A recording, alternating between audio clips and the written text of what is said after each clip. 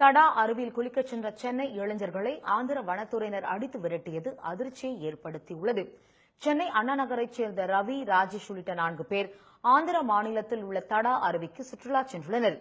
அருவிக்கு செல்ல விடாமல் அவர்களது காரை தடுத்து நிறுத்திய ஆந்திர வனத்துறையினர் தமிழக பதிவெண் கொண்ட வாகனங்களை அனுமதிக்க முடியாது என கூறியுள்ளனர். இதற்கு எதிர்ப்பு தெரிவித்ததால் சென்னை இளைஞர்களை ஆந்திர வனத்துறையினர் சரமாரியாக தாக்கியுள்ளனர்.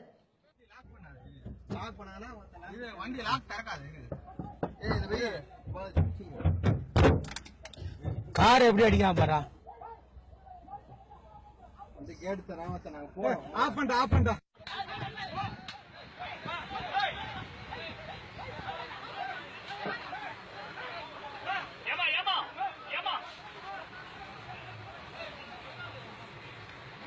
வாடா ரவி, வாடா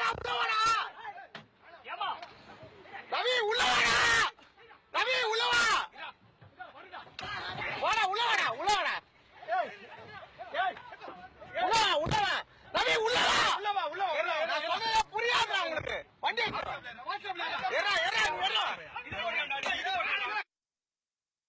இளைஞர்களை சுட்டுக் கொன்று விடுவதாக மிரட்டிய ஆந்திர வனத்துறையினர் அவர்களது காரையும் சேதப்படுத்தியுள்ளனர்.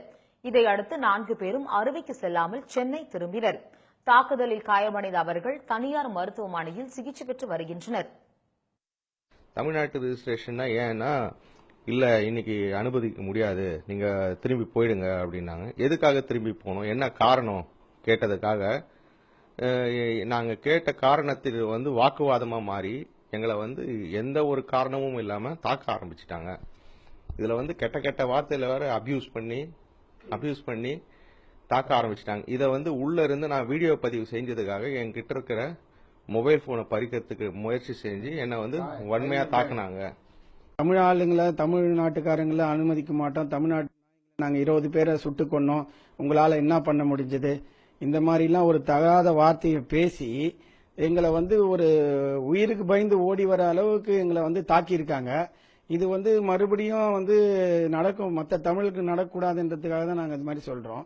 அதுவும் இல்லாம நாங்க எல்லாம் படிச்சு தொழில் பண்றவங்க, எங்களுக்கே இந்த மாதிரி ஒரு நிலைமை இருக்கும்போது சாதாரண கூலி தொழிலாளிகளுக்கு அவங்களால எப்படி இதெல்லாம் மீண்டு வர முடியும்? செம்மரம் கடத்துவதாக கூறி அவ்வப்போது தமிழர்கள் மீது ஆந்திர வனத்துறையினர் துப்பாக்கிச்சூடு மற்றும் தாக்குதல் நடத்தி வருகின்றனர். இந்நிலையில் தமிழகத்திலிருந்து சென்ற சுற்றுலா பயணிகளிடமும் ஆந்திர வனத்துறையினர் அத்துமீறி இருப்பது அதிர்ச்சியை ஏற்படுத்தியுள்ளது.